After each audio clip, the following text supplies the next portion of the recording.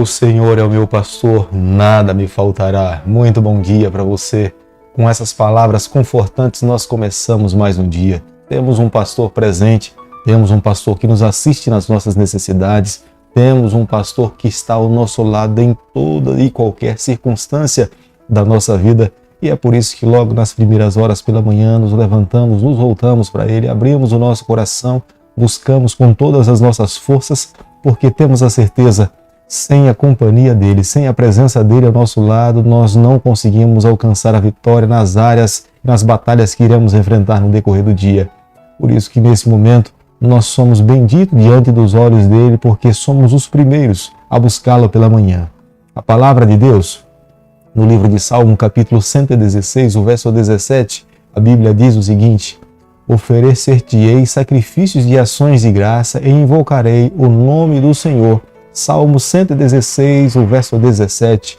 Nós precisamos ter um coração agradecido e oferecendo sacrifícios. Sacrifício vivo é uma entrega pessoal a cada manhã.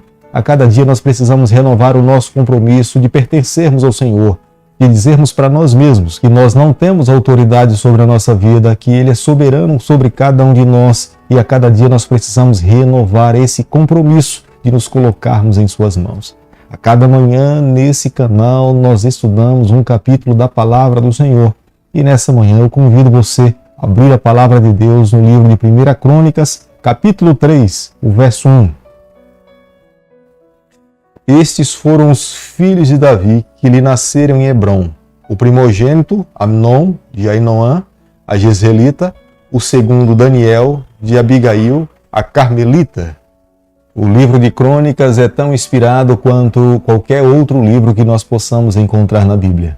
O mesmo Espírito que inspirou o livro de Mateus, Marcos, Lucas e João e os outros livros é o mesmo Espírito que inspirou o autor do livro de Crônicas.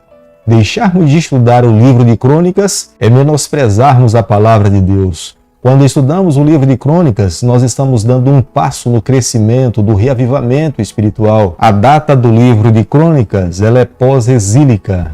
Ela aparece na terceira parte do cânon hebraico, no local onde está o livro de Malaquias. Quando nós estudamos o livro de Crônicas detalhadamente, nós podemos observar que temos um Deus missionário.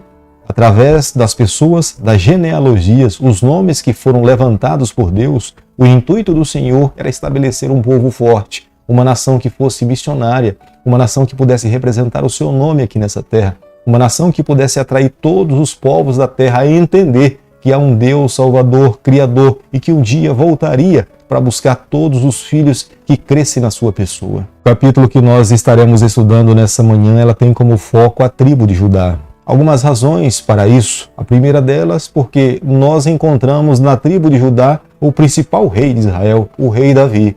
E da linhagem de Davi, as profecias apontavam que viria o Salvador do mundo, Jesus Cristo, o Filho de Deus.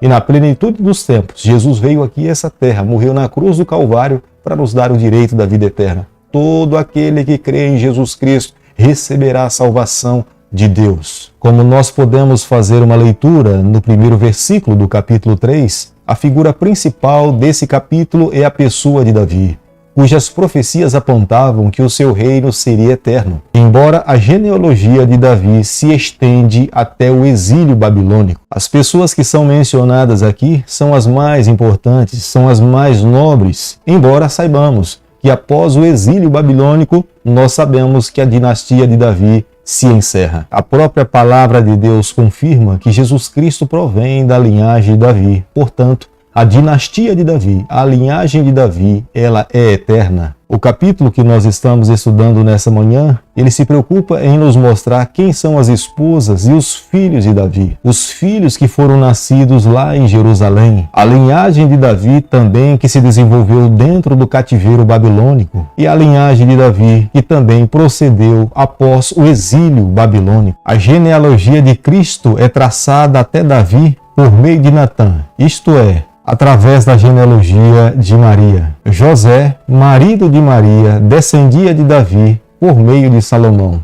No versículo 9 do capítulo que nós estamos estudando nessa manhã, nós podemos observar que Tamar é a única mulher que procede da linhagem de Davi. Embora saibamos que ela não tenha sido a única, Mas devido aos momentos difíceis que Tamar viveu, o seu histórico pessoal, o autor do livro de Crônicas se preocupa apenas em mencionar o nome dela. 1 Crônicas, capítulo 3, o verso 10, a Bíblia diz o seguinte: o filho de Salomão foi Roboão, de quem foi filho Abias, de quem foi filho Asa, de quem foi filho Josafá.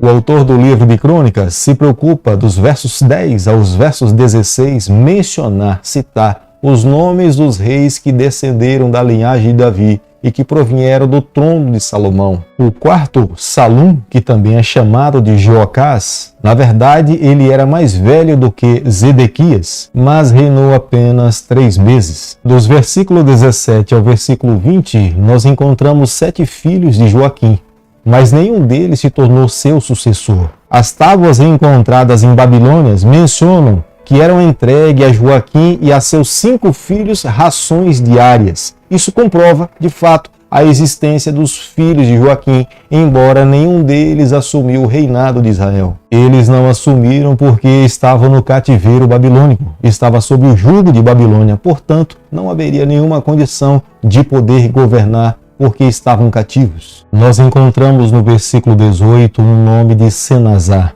Senazar foi aquele responsável que recebeu os tesouros do templo para retornar a Judá. Foi sobre a sua liderança que houve a primeira tentativa da reconstrução do templo em Jerusalém. Pouca coisa se sabe a respeito de Senazar.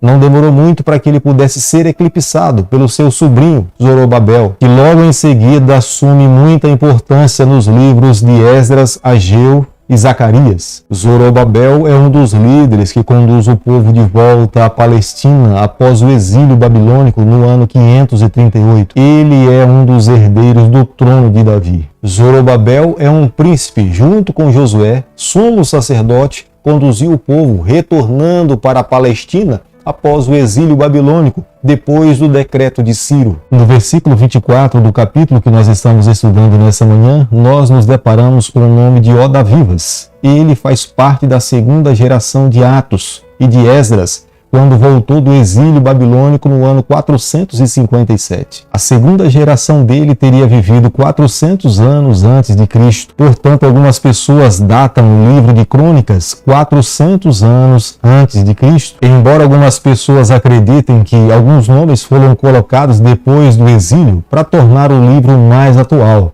como aconteceu também com o livro de Deuteronômio. Ele foi concluído após a morte do autor, após a morte de Moisés. Querido amigo, nessa manhã, ao concluirmos o capítulo 3 do livro de 1 Crônicas, eu e você, nós precisamos guardar a seguinte verdade no nosso coração.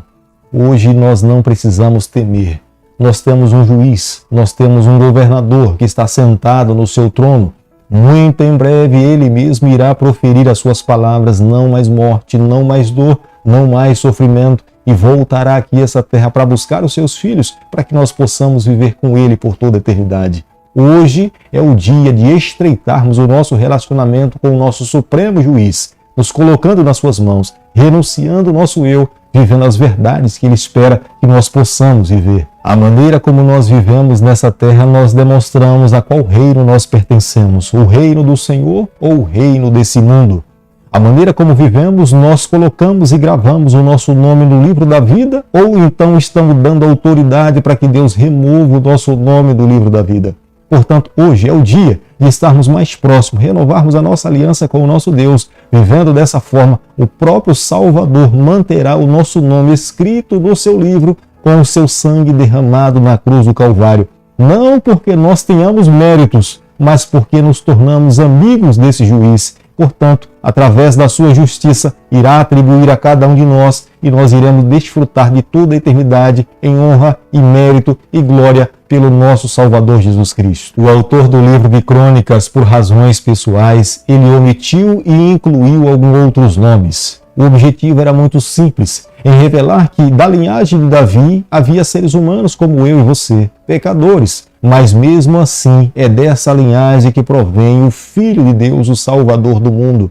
Portanto, se aqueles homens poderiam fazer parte da família de Jesus, eu e você, na condição pela qual nós nos encontramos hoje, nós também podemos ser considerados da família do Senhor.